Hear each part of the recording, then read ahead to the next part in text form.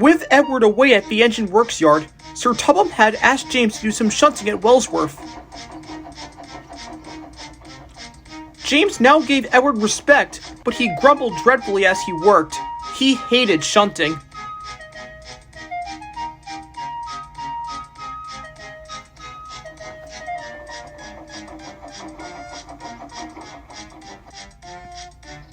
As James worked, he could see other engines puff by with their trains.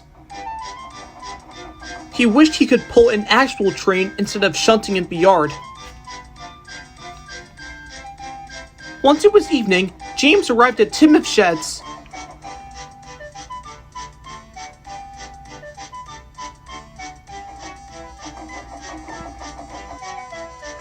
"This is ridiculous," James said. "Bill and Ben should do Edward's work while he's away, and not me."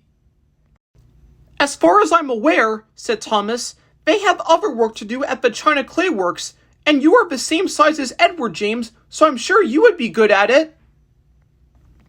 "It's just stupid that I have to shunt because I'm a splendid red engine," said James. "What's even worse is that Edward helps big engines up Gordon's Hill.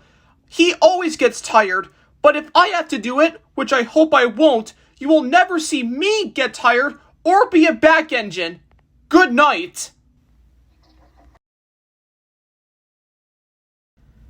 The next morning, James was at Wellsworth Station again, arranging some empty freight cars for Derek to take to the China Clay Works. He hoped that Gordon didn't need any help, but as he was arranging the freight cars into the siding, he heard a whistle. "Oh no," he said, "it's Gordon." And it was.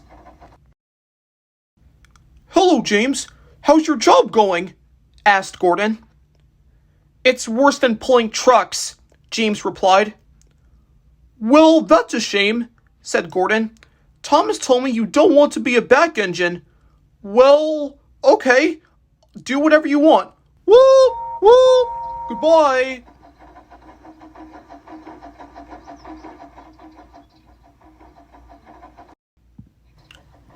Soon Gordon came to Gordon's Hill. The express soon started to become heavy, and once halfway up, Gordon began to stop.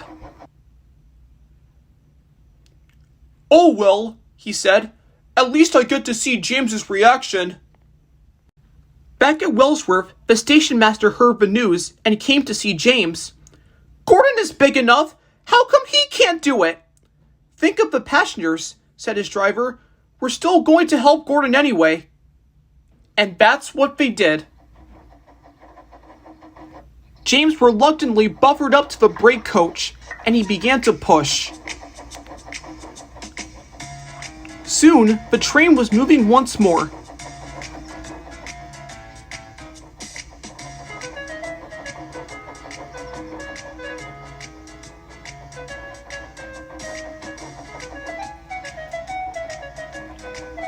James was already exhausted. He had never worked this hard, but he kept on puffing.